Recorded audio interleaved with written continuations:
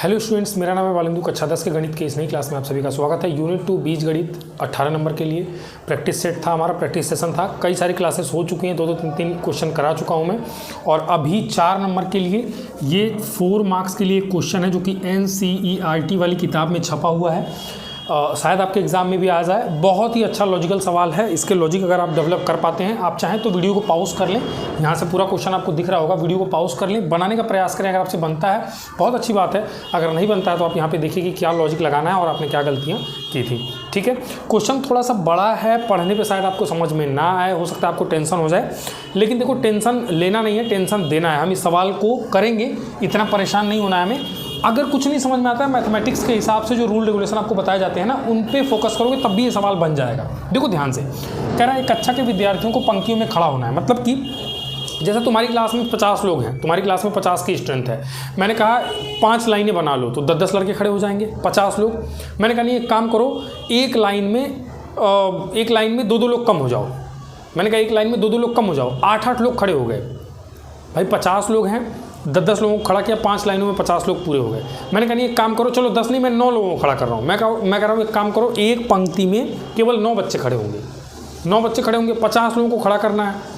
ठीक है, तो कितनी पंक्तियां बनेंगी? पंक्तियां बढ़ सकती हैं या पंक्तियां घट सकती हैं। अगर मैंने 10 की बजाय 12 लोगों को, 14 लोगों को एक लाइन में, भाई अगर जैसे सिंपल यहाँ पे समझो, इस सवाल को पढ़ने के पहले एक चीज़ समझो, थोड़ा सा आसान सा, कि अगर मान लो 100 बच्चे हैं, ठीक है, 100 बच्चे हैं, 100 छात्र हैं टोटल, ओके, 100 छात्र हैं। अगर इनको पंक्तियों में खड़ा होना है, इस तरह से ऐसे लाइन्स में खड़ा होना है, ठीक है, तो एक पंक्ति में अगर मैं 10 छात्र खड़ा करता हूँ तो जाहिर सी बात है कि 1 2 3 4 1 2 3 4 5 6 7 8 9 10 लाइनों में खड़े हो जाएंगे।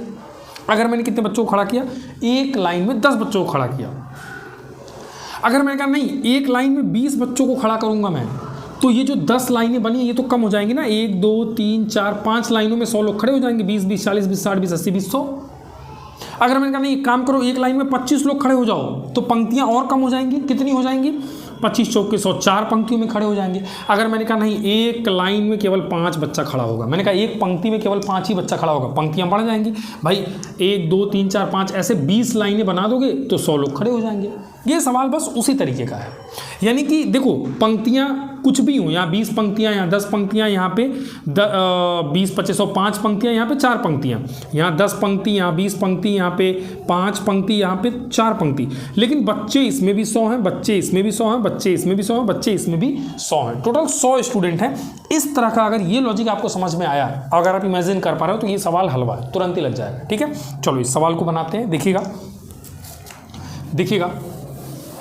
चलिए यहाँ पे क्या बोल रहा है हमसे कि एक कक्षा के विद्यार्थियों को पंक्तियों में खड़ा होना है। अच्छा जी, पंक्तियों में खड़ा होना है मतलब कुछ लाइंस में खड़ा होना है। यदि पंक्ति में 3 विद्यार्थी अधिक होते हैं, condition number 1, condition number 2, 2 condition दी गई है, विद्यार्थियों की संख्या ज्ञात करनी है।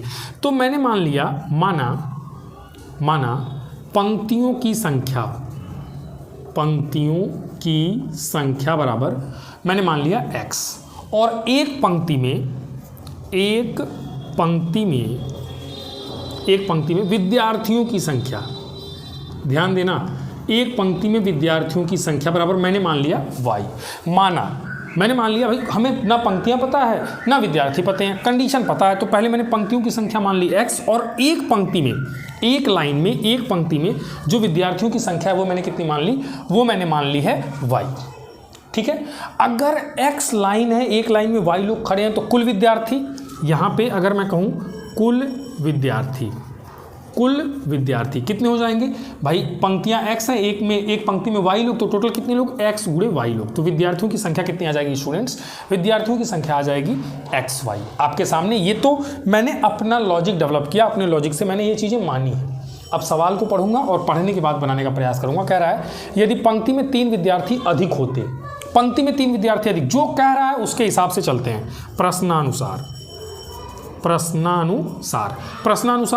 यदि पंक्ति में 3 विद्यार्थी अधिक होते, पंक्ति कितनी है भाई? x है, तो x में अगर 3 विद्यार्थी में ज़्यादा कर दूं, यदि पंक्ति में 3 विद्यार्थी अधिक होते, सॉरी, विद्यार्थियों की संख्या, विद्यार्थी y है ना, विद्यार्थियों की संख्या 3 से ज़्यादा हो गई, यानी कि ये y है, ये क्या है? y +3 हो गया।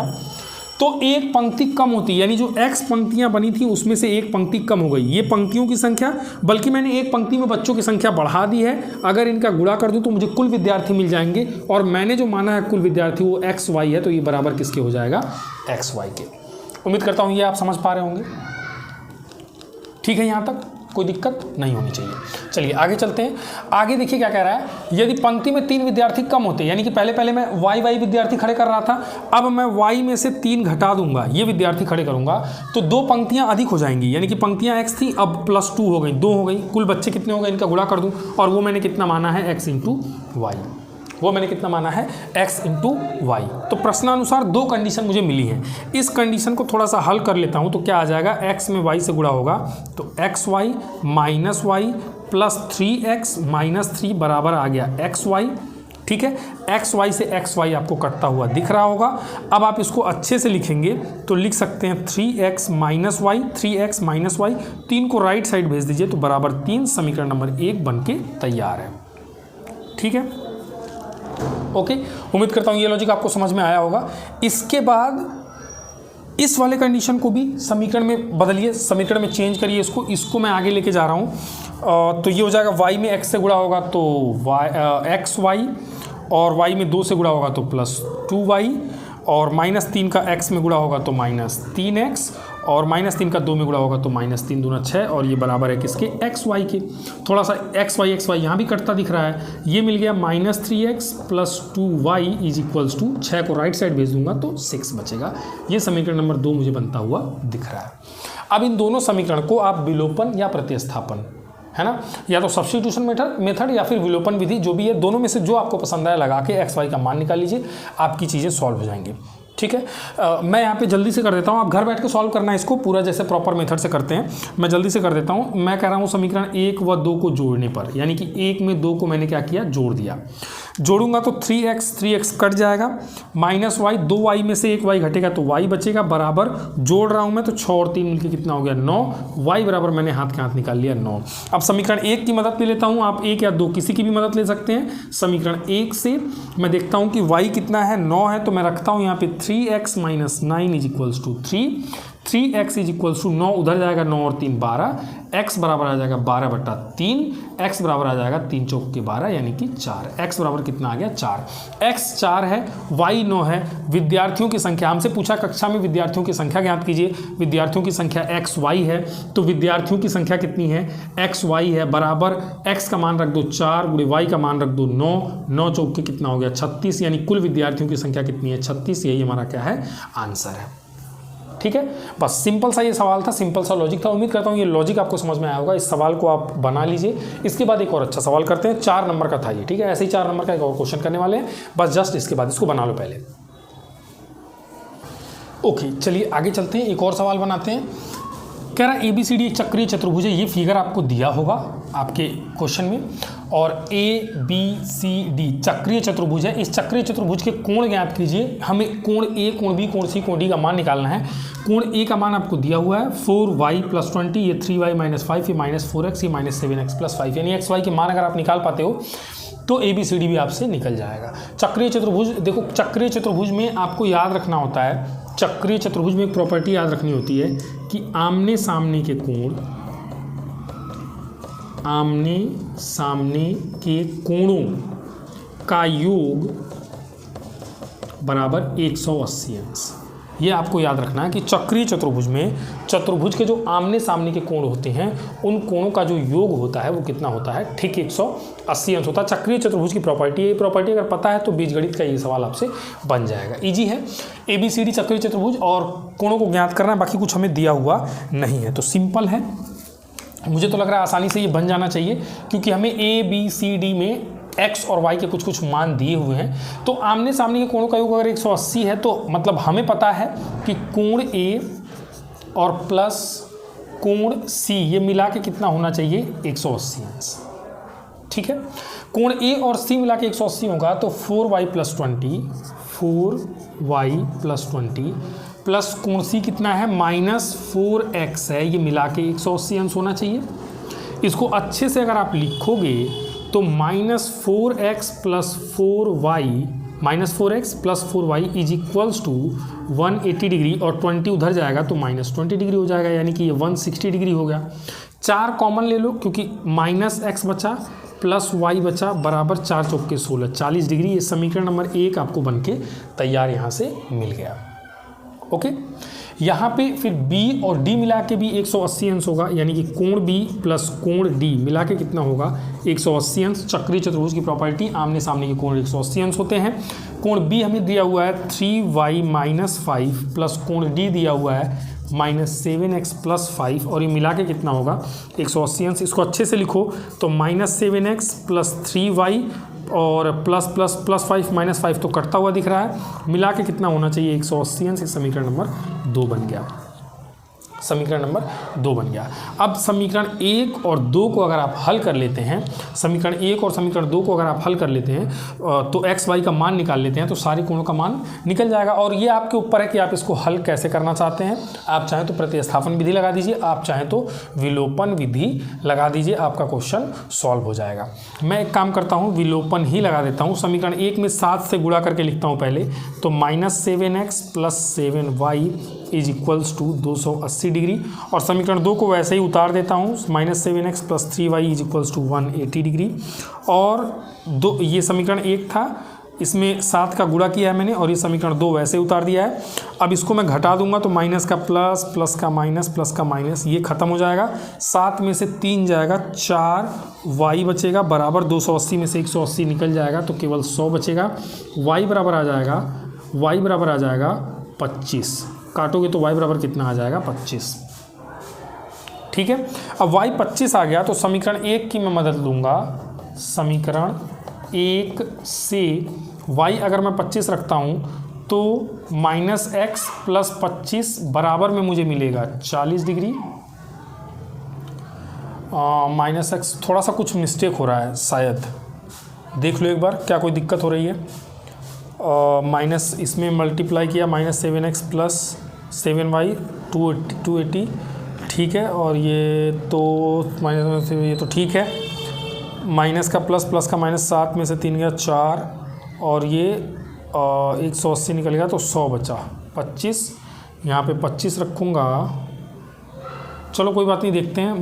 -x बराबर कितना आ जाएगा 40 - 25 15 डिग्री, यानी कि x बराबर माइनस का 15 डिग्री आ रहा है। x बराबर कितना आ रहा है माइनस का 15 डिग्री। यही थोड़ा सा मेरे को लग रहा है डाउटफुल, एक सेकंड में चेक कर लेता हूँ। ठीक है, मैंने चेक कर लिया, कोई दिक्कत नहीं है। ठीक है, जो भी आ रहा है सही आ रहा है। अब यहाँ से देखो कोण A बराबर 4y + 20 है ना, तो 4 × y कितना है 25, तो रख दो यहाँ पे 4y + 20 तो बराबर 25 चौके 100 और प्लस 20 बराबर 120 अंश। एक तो आंसर ये आएगा। इसके बाद कोण B निकालना हुआ तो कोण B यहाँ से निकालोगे तो लिखोगे कोण B बराबर 3y - 5 है तो 3 × y यानी कि 25 और -5 तो 25 यहाँ 75 -5 यानी कि 70 डिग्री। एक आंसर ये है। कोण C निकालना हुआ तो क्या करोगे, कोण C बराबर -4 × x, x की वैल्यू रख दो -15, यहाँ पे माइनस माइनस गुणा होगा प्लस हो जाएगा, 15 चौके 60 डिग्री, ये भी आ गया। और कोण D निकाल दो, कोण D बराबर -7 × -x यानी कि -7x यानी -7 × x का वैल्यू -15 और प्लस का 5 है, माइनस माइनस गुणा होगा प्लस हो जाएगा। 15 × 7 105 होता है और 105 और 5 110 डिग्री। ये आपका एक और आंसर हो जाएगा। ABCD के मान निकालने थे। देखो ABCD एग्जैक्टली कितना आसानी से हमने निकाल दिया और ये सवाल हमने बना लिया। ठीक है, 120 डिग्री, 70 डिग्री, 60 डिग्री और 110 डिग्री, ये हमारा आंसर है। ये चक्र चतुर्भुज से रिलेटेड पूरा एक क्वेश्चन है। एक क्वेश्चन और मैं इसके आगे लेके आ रहा हूँ 6 नंबर का। ये क्वेश्चन था 4 नंबर का, ये 4 मार्क्स का था, 4 मार्क्स का था। अब एक सवाल मैं लेके आऊँगा जो कि 6 नंबर का है। वो 6 नंबर का क्वेश्चन बैठ के बनाना अगर आपसे बनता है बहुत अच्छी बात है, नहीं तो मैं तो यहाँ करा रहा हूँ, देखना कि क्या दिक्कत आ रही है आपसे, क्यों नहीं बन रहा है। बहुत ही ज़बरदस्त सवाल है, पेपर में भी आने के चांसेस उसके बहुत ज़्यादा हैं। और एक सवाल बताऊँगा मैं ना, उस सवाल में 2 3 4 ऐसी चीज़ें आ जाएंगी जो आपको मतलब पर्टिकुलर एक अलग से सवाल आ जाता है उस कॉन्सेप्ट के ऊपर।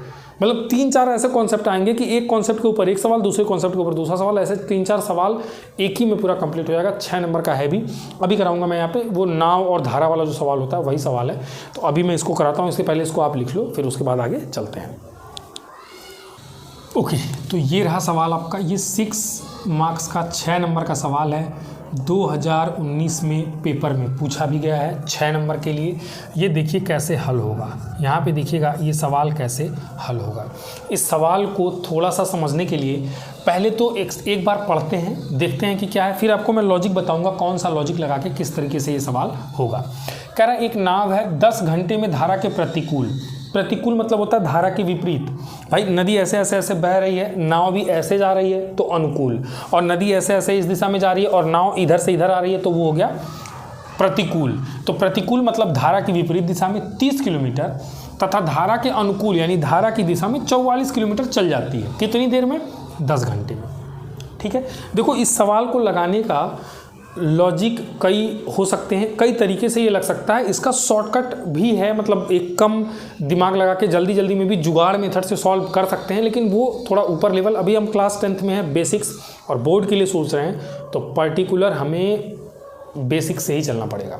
और बेसिक आपको पता है तो ट्रिक्स तो अपने आप बन जाते हैं, एग्जाम में ट्रिक्स पे नंबर मिलेंगे भी नहीं। ठीक है, तो अब फिर कह रहा 13 घंटे में, 13 घंटे का समय लगाती है वो, 40 किलोमीटर धारा के प्रतिकूल और 55 धारा के अनुकूल चल जाती है। ये दो कंडीशन हमें बता दी गई हैं, धारा की चाल और नाव की स्थिर पानी में चाल। ये हमसे पूछ रहा है। देखिएगा कहानी कुछ ऐसी है कि जैसे ये मान लीजिए नदी है,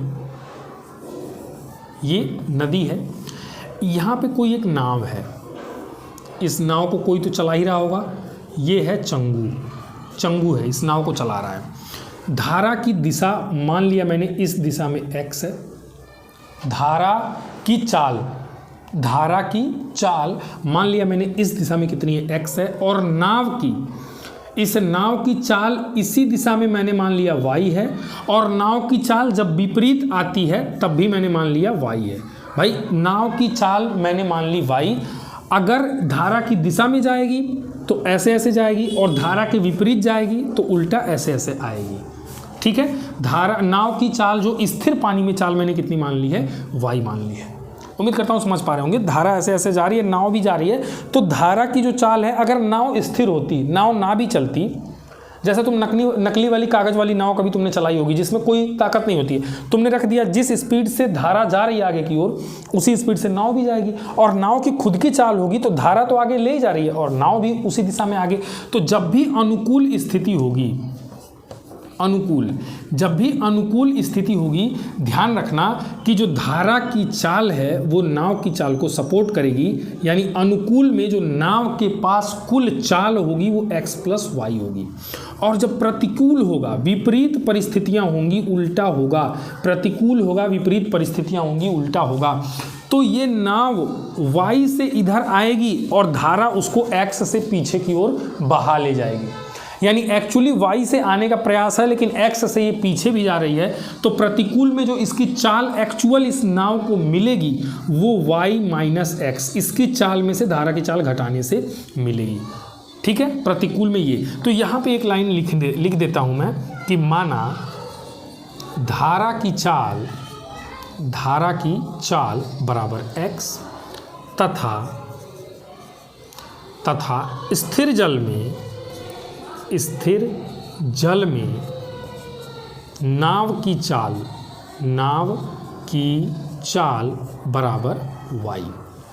ठीक है, अब ये अनुकूल रहेगा तो जुड़ जाएगा और प्रतिकूल रहेगा तो घट जाएगा। ये आपको अपने दिमाग से सोच के, अपना लॉजिक लगा के इस तरीके से सोचना पड़ेगा। ठीक है, और ये नाव कुछ इस तरीके से कहानी बन रही है कि 10 घंटे में धारा के प्रतिकूल 30 किलोमीटर, धारा के विपरीत 30 किलोमीटर और धारा के अनुकूल, धारा के साथ 44 किलोमीटर जाती है। ये चीज़ें तय करने में इसको टोटल 10 घंटा लगता है। यानी कि इस स्टोरी को भी थोड़ा कुछ इस तरह से समझिएगा कि यहाँ पे एक अपनी नाव है, इसको चंगू लेके इधर की तरफ जा रहा है। जब अनुकूल गया, मान लो इस दूरी तक गया होगा, ये मान लो यहाँ तक चंगू पहुँचा है। ठीक है, इस दिशा में अनुकूल गया, मान लो इसको टाइम लगा t1, यहाँ से यहाँ जाने में कितना टाइम लगा? t1। टोटल कितना चल गया है ये? 30 किलोमीटर, सॉरी 30 किलोमीटर नहीं, अनुकूल जा रहा है ना तो 44, अनुकूल जा रहा है तो कितना दिख रहा है? 44। तो इसी दिशा में धारा थी। भाई ये जो धारा थी इसी दिशा में थी और इसी दिशा में चंगू जा रहा है। T1 टाइम में ये टोटल दूरी चल गया 44 किलोमीटर। और फिर यहाँ से जब ये वापस आ रहा था, धारा तो ऐसे जा रही थी लेकिन ये वापस आ रहा था प्रतिकूल, तब ये चल गया कितना, तब ये चल गया 30 किलोमीटर। लेकिन इसको टाइम इस बार कितना लगा, T2। टाइम आने में, टाइम की 30 किलोमीटर तय करने में कितना लगा, मान लिया मैंने T2 लगा। समझ गए। अब तुम्हारे पास एक फॉर्मूला होता है, चाल बराबर दूरी बटे समय। अगर इसी को थोड़ा बदल के लिखूं, समय को यहाँ ले जाऊं, तो मैं समय बराबर दूरी बटे क्या लिख सकता हूँ, चाल। दूरी बटे क्या लिख सकता हूँ, चाल। समय बराबर मैं लिख सकता हूँ दूरी बटे चाल। ठीक है। मैं समय इसलिए निकालने का प्रयास कर रहा हूँ कि टोटल समय मुझे दिया हुआ है 10 घंटा। टोटल समय मुझे दिया हुआ है कितना, 10 घंटा। 10 घंटे में ये पूरा कार्यक्रम चल रहा है। ठीक है, 10 घंटे में। तो एक काम करता हूँ, अगर मैं प्रतिकूल परिस्थिति में, देखना ध्यान से, प्रतिकूल के लिए अगर मैं ये फॉर्मूला लगाता हूँ, प्रतिकूल में जब आ रहा है तो ये फॉर्मूला लगाता हूँ, समय इसको कितना लगा है, T2 बराबर दूरी इसने कितनी तय की है, 30 किलोमीटर बटे जो चाल मुझे मिली है प्रतिकूल में चाल मुझे मिली है वो है y माइनस एक्स। तो मैंने रख दिया y माइनस एक्स। प्रतिकूल के लिए बात करूंगा तो दूरी, समय, चाल सब कुछ प्रतिकूल वाला रखूंगा। जब अनुकूल के लिए बात करूंगा तो सब कुछ अनुकूल वाला रखूंगा। ठीक है। तो T2 बराबर मुझे मिल गया 30 बटे y माइनस एक्स। कोई दिक्कत। प्रतिकूल के लिए इसको समीकरण नंबर 1 बनाओ। और जब अनुकूल की बात करूंगा, अब मैं बात कर रहा हूं अनुकूल की। अनुकूल में देखना, ये अनुकूल था, T1 समय लगा था, तो समय बराबर दूरी बटे चाल। इसने दूरी तय कितनी की थी, 44 किलोमीटर, तो दूरी आ गया 44 बटे चाल। अनुकूल की बात चल रही है, अनुकूल में चाल कितना है, x प्लस वाई, तो मैंने रख दिया x प्लस वाई। ये है हमारा समीकरण नंबर 2। ठीक है। यहाँ तक किसी को कोई दिक्कत उम्मीद करता हूँ नहीं होगी। ठीक है। अब थोड़ा सा मेरे पास स्पेस कम है, अगर आप चाहें तो स्क्रीनशॉट ले लीजिए, इसको अपनी कॉपी पे छाप लीजिए। ठीक है। मैं ये चित्र मिटा के यहाँ पे सवाल को आगे बढ़ाने जा रहा हूँ। ठीक है। यहाँ से अब क्या हो जाएगा, प्रश्नानुसार मैं एक लाइन लिखूँगा, प्रश्नानुसार। प्रश्न के हिसाब से प्रतिकूल इतना जाने में और अनुकूल इतना जाने में टोटल 10 घंटा लगा है। भाई प्रतिकूल जाने में समय ये T2 और अनुकूल में समय T1, जबकि ये कह रहा है इन दोनों दूरियों को तय करने में कुल समय 10 घंटा है। यानी कि ये T1 और प्लस T2 अगर मिला दूं तो मुझे 10 घंटा मिलना चाहिए। ये T1 और T2 मिला दूं तो मुझे कितना मिलना चाहिए, 10 घंटा। T1 44 बटे एक्स प्लस वाई है, 44 बटे एक्स प्लस वाई है, प्लस T2 कितना है, T2 30 बटे y माइनस एक्स है, y माइनस एक्स है। और ये मुझे मिलना चाहिए कितना, 10 घंटा। ये मुझे कितना मिलना चाहिए, 10 घंटा। ये समीकरण नंबर 1 मेरा बन के तैयार हो गया। समीकरण नंबर 1 मेरा बन के तैयार हो गया। उम्मीद करता हूँ ये वाली बात यहाँ तक आपको समझ में आई होगी। सेम 13 घंटा लगता। एक दूसरी कंडीशन, ऐसा ही एक और समीकरण बनाने के लिए एक और कंडीशन हमें मिली है कि 13 घंटा लगता है 40 किलोमीटर धारा के प्रतिकूल एवं 55 किलोमीटर धारा के अनुकूल। समझ रहे हो बात को, 40 किलोमीटर धारा के प्रतिकूल एवं 55 किलोमीटर धारा के अनुकूल। ठीक है। तो अगर आप अनुकूल वाला रखते हो 55 किलोमीटर धारा के अनुकूल, तो ठीक वैसे ही ये 55 बटे अनुकूल जब रखोगे तो कितना हो जाएगा, x प्लस वाई, दूरी बटे चाल। समय निकल गया, ये समय प्लस प्रतिकूल 40 चला है, प्रतिकूल में चाल जो मुझे मिलेगी वो y माइनस एक्स मिलेगी। ये समय, ये 40 किलोमीटर तय करने में ये समय, और अनुकूल 55 किलोमीटर तय करने में ये समय, और दोनों समय मिला के उसको कितना लगा है, 13 घंटा। तो ये बराबर किसके हो जाएगा, 13 के। ये मैंने बना दिया समीकरण नंबर 2। ठीक है। प्रश्नानुसार T1 प्लस T2 मिला के 10 घंटा हो रहा था। T1 ये मैंने निकाला था, T2 मैंने निकाला, 10 घंटा बराबर कर दिया। अब इसी इक्वेशन के तौर पे अब पूरा कहानी रिपीट करने से बढ़िया था कि इसके तौर पे समझदारी से समीकरण नंबर 2 हम इस कंडीशन को पढ़ के बना लें कि 40 जब प्रतिकूल चलेगा तो 40 बटे दूरी बटे चाल कितना प्रतिकूल में y माइनस एक्स, और 55 जब अनुकूल चलेगा तो दूरी बटे चाल, चाल कितना x प्लस वाई, ये समय और ये समय, और कुल मिला के इसको लगा है ये तय करने में 13 घंटा। समीकरण नंबर 2 बन के तैयार है। ठीक है, अगर हम ये x और y निकाल लेते हैं तो हमें धारा की चाल और नाव की स्थिर पानी में चाल मिल जाएगी। अब सबसे बड़ा टास्क है इन दो समीकरणों को हल करना, सबसे बड़ा टास्क है इन दो समीकरणों को हल करना। कमेंट करके जरा बताना कितने लोग इसको हल कर पा रहे हो, कितने बच्चे इसको हल कर देंगे। ये कक्षा 10वीं का सवाल है, 6 नंबर का है, फ्री में नहीं मिलेगा। इतना दिमाग तो आपको लगाना ही पड़ेगा। एक बार स्क्रीनशॉट ले लेना, इसको करना आगे। मैं तो अभी आगे ले चलूँगा इसको, लेकिन अभी मैं इसको मिटाने जा रहा हूँ, मेरे पास स्पेस कम है, तो मैं क्या कर रहा हूँ, मैं इसको मिटा के आगे प्रोसीड करने जा रहा हूँ। ध्यान से देखना, आगे प्रोसीड करने जा रहा हूँ मैं। इसको हल करने के लिए क्या करना पड़ेगा, एक चीज़ अच्छी चीज़ दिख रही है कि बटे में x प्लस वाई यहाँ भी है, बटे में x प्लस वाई यहाँ भी है, बटे में y माइनस एक्स यहाँ भी है, बटे में y माइनस एक्स यहाँ भी है। तो यहाँ पे इसको 44 के पास कुछ नहीं है तो गुणे 1 तो है ही, 1 बटे x प्लस वाई जो है ना इसको मैं u मान लेता हूँ, और ऐसे ही 1 बटे y माइनस एक्स जो है ना इसको मैं v मान लेता हूँ। कहने का मतलब कि यहाँ से एक और अजम्पशन चलेगा कि माना 1 बटे एक्स प्लस वाई बराबर u और 1 बटे वाई माइनस एक्स बराबर v। अगर ऐसा मान लेता हूं तो ये कितना हो जाएगा, 44 u हो जाएगा, क्योंकि 1 बटे एक्स प्लस वाई दे देगा इसको u गुणे में, और ये प्लस 30 का v हो जाएगा, और ये बराबर का 10 हो जाएगा। इसको 10 को लेफ्ट साइड में लाओ और राइट साइड को 0 कर लो, तो 44u plus 30v minus 10 is equals to 0। ये समीकरण नंबर 3 बन गया, एक नया समीकरण। ठीक है, उम्मीद करता हूँ समझ पा रहे होंगे। सेम टू सेम यही एजम्पशन इसमें अप्लाई किया जाए समीकरण 2 में, तो 55u प्लस 40v और 13 को मैं लेफ्ट साइड में ले आऊँ तो माइनस 13 बराबर में क्या लिख सकता हूँ 0। ये समीकरण नंबर 4। अब 3 और 4 को देखोगे तो ये आसान से समीकरण तुम्हें नज़र आएंगे u और v में, जैसे x और y में दो चर राशि वाले रैखिक समीकरण वैसे ही हैं, लेकिन इनको सॉल्व करना थोड़ा टफ इसलिए है क्योंकि जब आप सोचते हो ना कि इसमें कुछ विलोपन विधि मतलब लगाओगे थोड़ा मुश्किल होगा, प्रतिस्थापन लगाओगे तो थोड़ा मुश्किल होगा, मतलब लग जाएगा। ऐसी बात नहीं है कि सॉल्व नहीं होगा, लेकिन कैलकुलेशंस इतनी आसान नहीं बनेंगी, थोड़ा सा आपको इसमें दिमाग लगाना पड़ेगा। एक्चुअली ये ईजिली वहाँ से प्रतिस्थापन या विलोपन से सॉल्व नहीं होगा। तो इसके लिए मेरे पास एक मेथड है जिसको कहते हैं हम लोग वज्र गुणन विधि।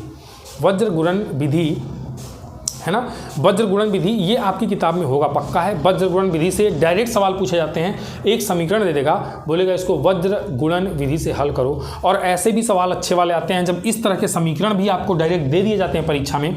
ऐसे क्वेश्चन दे देगा, दो समीकरण दे देगा, कहेगा हल करके x और y के मान बताइए। तो सबसे पहले ये u और v वाला कॉन्सेप्ट बनाना पड़ता है, इसको सिंपल दो चर राशि वाले रैखिक समीकरण में ले जाना पड़ता है, फिर वज्र गुणन विधि से इसका हल होकर आंसर निकल पाता है। तो इसलिए मैंने कहा कि इस सवाल में एक तो आपने ये सब्स्टिट्यूशन सीख लिया कि ये हटा के u v करके भी दिमाग लगाना पड़ता है, और एक वज्र गुणन विधि जो मैं उस विधि से आगे इसको हल करने जा रहा हूँ वो भी आपको समझ में आ जाएगा। और बाकी नाव वाला जो लॉजिक था वो तो आया ही। 6 नंबर के लिए बड़ा सा क्वेश्चन था, लेकिन समझ में बहुत कुछ आ गया, समझा मैंने बहुत कुछ दिया। कुछ एक सवालों का मैं होमवर्क दे दूंगा घर पे बैठ के करना, जैसे कि वज्र गुणन विधि से कोई सवाल हल करने के लिए, या फिर ये सब्स्टिट्यूशन मेथड से कोई सवाल हल करने के लिए, क्योंकि यहाँ पे सब चीज़ मैं समझा दूंगा। और ये आज का आखिरी लेक्चर होगा जो 18 नंबर बीजगणित के लिए हम लोग कर रहे थे, उसमें से लगभग 10 नंबर 9 नंबर का हमारा तैयार हो गया। इसके बाद द्विघात समीकरण पढ़ लेंगे तो 18 नंबर कंप्लीट हो जाएगा।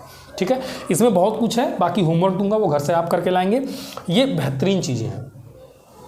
अब देखो इसको कैसे करोगे वज्र गुणन विधि से। यहाँ पे मैंने लिख दिया वज्र गुणन विधि से। वज्र गुणन विधि से, वज्र गुणन विधि में क्या होता है, अगर u को तुम लिखते हो, x को देखो वज्र गुणन विधि उम्मीद करके चल रहा हूँ मैं कि भाई ये प्रैक्टिस सेशन है तो ये सब चीज़ें आपको आती हैं, नहीं आती हैं तो सीखो। जैसे ये u है ना, सबसे पहले अगर u को लिखते हो तो u लिखो बटे, u को अब भूल जाओ, सॉरी ये दोनों समीकरण है ना, इसमें से u को भूल जाओ। ठीक है, अब तुम क्या करो, v के गुणांक यानी कि 30 और इसके गुणांक का गुणा करो, यानी कि 30 गुणे यहाँ से -13 और यहाँ बीच में माइनस लगाओ और 40 और -10 का गुणा कर दो, 40 गुणे -10 और बराबर लिख दो।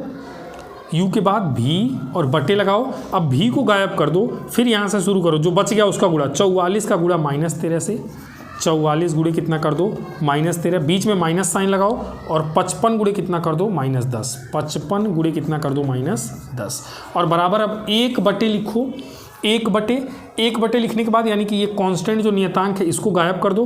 44 गुणे 40 लिखो, 44 गुणे 40 और -44 गुणे 40 और -55 गुणे 30, 55 गुणे क्या कर दो 30 कर दो। ये बना दोगे वज्र गुणन विधि से x, y और नियतांक का इस तरीके से हल भी निकाला जा सकता है। यहाँ पे x, y नहीं है, u भी है। इस तरीके से मैंने लिख दिया। अगर एक बार आपने ये लिख लिया तो समझ लो आप सवाल बहुत जल्दी बना पाओगे, आपके u और v के मान निकल जाएंगे। यहाँ तक एक बार इसको स्क्रीनशॉट ले लो, बाद में बनाना। मैं इसके आगे चलता हूँ, इसको रफ कर देता हूँ पूरा, फिर इसके आगे लगाते हैं हम लोग। ओके, आगे चलते हैं। रफ कर दिया मैंने। अब इसको थोड़ा और सिंप्लीफाई कर लो, तो यहाँ से u अपॉन 13 या 39 यानी कि 390, माइनस साइन भी है और माइनस का गुणा होगा तो प्लस साइन के साथ, 40 में 10 से गुणा होगा तो 400। ये बराबर होगा भी अपॉन 13 में इससे गुणा करो, 13 चौक के 52 और 5, 52 5 57, 572 आएगा माइनस साइन के साथ, माइनस का गुणा होगा तो प्लस हो जाएगा। ये आ जाएगा 550, 500 कितना आ गया 50, बराबर में 1/4 चौके 16, 4 चौके 16, 1 17, 1 0 और माइनस में कितना आ गया 3 5 15 और 1 16, 1 0। यहाँ से मैंने सिंपली गुणा करके इसको ऐसे अच्छे से लिख लिया। इसको और आगे ले चलते हैं, तो u अपॉन 400 में से 390 निकल गया तो 10 बचा, बराबर भी अपॉन 572, 550, 50 20 70 2 22 बचा माइनस साइन के साथ, ठीक है 22, हाँ। और बराबर में 1/, कितना बच गया 50, इधर 6 5 110 बच गया, 110। अब ये तीनों आपस में बराबर हैं। एक बार इन दोनों को बराबर करेंगे तो u निकलेगा, एक बार इन दोनों को बराबर करेंगे तो v निकलेगा, क्योंकि तीनों आपस में बराबर हैं। तो u/10 बराबर अगर मैं लिखता हूँ 1/110, तो u बराबर कितना हो जाएगा, 10 को इधर भेजोगे तो यहाँ गुणा हो जाएगा, 10/110 यानी कट गया, u बराबर आ गया 1/11, u बराबर ये आ गया। और यहीं पे देखो v/-22 बराबर 1/110 करता हूँ, तो v बराबर -22 को यहाँ भेज दो, तो -22/110, 22 से करने 22 5 110, v बराबर -1/5 आ गया। u और v का मान आ गया। अब थोड़ा सा अपनी कॉपी में देख लो, मैंने कहा था कॉपी में लिखते रहो, स्क्रीनशॉट ले लेना, या फिर तुम अब वीडियो को बैक करोगे।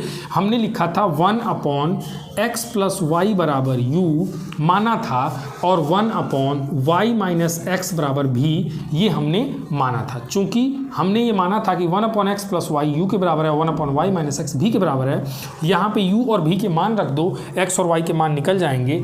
1/x + y बराबर u का मान कितना है 1/11 है, तो मैंने रख दिया 1/11, यहाँ से तिर्यक गुणा कर लिया, तो x + y बराबर कितना आ गया 11।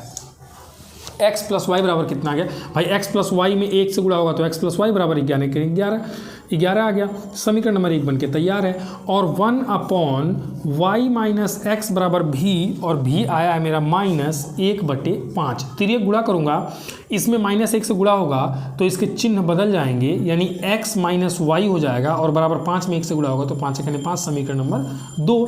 समीकरण 1 और 2 को तो छोटा बच्चा भी हल कर सकता है। समीकरण 1 और 2 को 1 और 2 मत रखो, इसको a और b कर दो, क्योंकि 1 और 2 कई बार कर चुके हो। तो a और b को मैं विलोपन विधि से अब हल कर पाऊंगा, a + b कर देता हूं। मैं समीकरण a + समीकरण b कर देता हूं। a + b करूंगा तो y से y कटेगा, 2x बराबर 16 आ जाएगा, x बराबर 16/2 बराबर कितना आ जाएगा 8 आ जाएगा। x कितना आ गया 8 आ गया। समीकरण 1 की मदद ले रहा हूं मैं। समीकरण 1 से समीकरण ए से x का मान मैं 8 रखूँगा, तो 8 + y बराबर 11 है, 8 + y बराबर 11 है, तो y बराबर 11 - 8 बराबर 3 आ गया। y बराबर कितना आ गया 3 आ गया। अब चूंकि x तुमने माना था, तुमने x यहाँ पे x कितना आ गया, x आ गया 8 और y कितना आ गया 3, यानी कि x तुमने क्या मान लिया था, धारा की चाल, और तुमने इसमें से देख लेना, मुझे भी याद नहीं रहा, मैंने यहाँ से मिटा दिया। जो भी तुमने माना होगा ना, माना धारा की चाल बराबर ये, माना नाव की चाल, स्थिर जल में नाव की चाल बराबर ये, तो जो भी तुमने माना होगा वहाँ से लिख देना कि x का मान यह है, y का मान यह है, और वहाँ से उन मानों को तुम बता देना। तुम्हें निकालना भी क्या था, धारा की चाल तुमने देख लेना, जो भी माना होगा, अगर x या y में से जो भी माना होगा, y माना होगा तो धारा की चाल 3 हो जाएगी, अगर x माना होगा तो 8 हो जाएगी, पीछे देख लेना यार। और उसके बाद क्या कह रहा है, नाव की स्थिर पानी में चाल, वहाँ लिखा है मैंने कि स्थिर पानी में चाल बराबर समथिंग, इसलिए बोला था कॉपी पेन लेके बैठा करो यार अगर पढ़ना है तो। स्थिर पानी में चाल जो भी माना था तुमने, वहाँ से x या y में से जो भी माना होगा वो आ जाएगा, उतना आपका आंसर आ जाएगा। और देखो मात्रक यहाँ पे किलोमीटर है, यहाँ पे क्या है, घंटा है, तो जो x और y आएंगे याद रखना वो किलोमीटर प्रति घंटा में आएंगे। x और y का मान जो आएगा वो किस में आएगा स्टूडेंट्स, किलोमीटर प्रति घंटा में, किलोमीटर प्रति घंटा में, ठीक है, किलोमीटर प्रति घंटा में। तो उम्मीद करता हूँ ये आपको समझ में आया होगा। बेहतरीन 6 नंबर का सवाल था और कई सारे मेथड्स इसमें इन्वॉल्व हुए हैं। कुछ एक होमवर्क देता हूँ, मेरे को कमेंट करके बता देना कि सर मुझसे ये सवाल होमवर्क वाला हो गया, मैं बना चुका हूँ, मैं बना चुका हूँ, ठीक है। और ये यूनिट खत्म हो जाती है, मतलब इस यूनिट का हाफ 9-10 नंबर का खत्म हो जाता है। द्विघात समीकरण वो शुरू करेंगे नेक्स्ट क्लास में, पहले होमवर्क ले लो, इसके बाद फिर जाना। ओके स्टूडेंट्स, चलिए आपके लिए कुछ अच्छे होमवर्क हैं, ज़रूर करिएगा इनको। देखिए ये सवाल ये सभी 2019 में आए थे, 2019 के पेपर में ये भी, 2019 के पेपर में ये भी, और 2019 के पेपर में ये भी, सभी पेपर में पूछे गए हैं। अगेन आपसे पूछे जा सकते हैं, 6 नंबर से नीचे में नहीं आएगा सारे क्वेश्चन। ये 6 मार्क्स का, ये भी 6 मार्क्स का, और ये भी कितने मार्क्स का है, 6 मार्क्स का। सभी क्वेश्चन 6-6 नंबर के हैं, ध्यान रखिएगा, ठीक है। और सिंपल है, अभी मैंने जैसे इसके पहला वाला क्वेश्चन कराया सेम टू सेम है। कहता निम्न रैखिक समीकरण युग्म को हल कीजिए। अब इसको कैसे हल करोगे भाई, इतना बड़ा बड़ा, देखो x और y जीरो नहीं, क्योंकि जीरो होगा तो नॉट डिफाइंड हो जाएगा, कंडीशन दी हुई है, इससे कोई मतलब नहीं है, सिंपली आपको हल करना है। मैं थोड़ा सा हिंट कर देता हूँ, आपको करना क्या है, आप इस पूरे को 1/x - y को u मान लेना, और 1/x + y को तुम भी मान लेना, क्योंकि 22 के साथ कुछ नहीं तो गुणे 1 तो है, तो 1/x + y और 1/x - y, ये u मानना ये भी, तो 15u + 22 भी बराबर 5 हो जाएगा, और 40u + 55 भी बराबर 13 हो जाएगा। और इसके बाद कौन सा मेथड लगाओगे, वज्र गुणन विधि। कौन सी विधि लगानी है आपको, वज्र गुणन विधि, ठीक है, वज्र गुणन विधि लगाना, जैसे मैंने अभी लगाया, और यहाँ से हल कर लेना। क्वेश्चन है कि एक आयताकार मैदान की लंबाई में 2 मीटर की कमी और चौड़ाई में 2 मीटर की वृद्धि कर दी जाए तो उसका क्षेत्रफल 10 स्क्वायर मीटर बढ़ जाता है।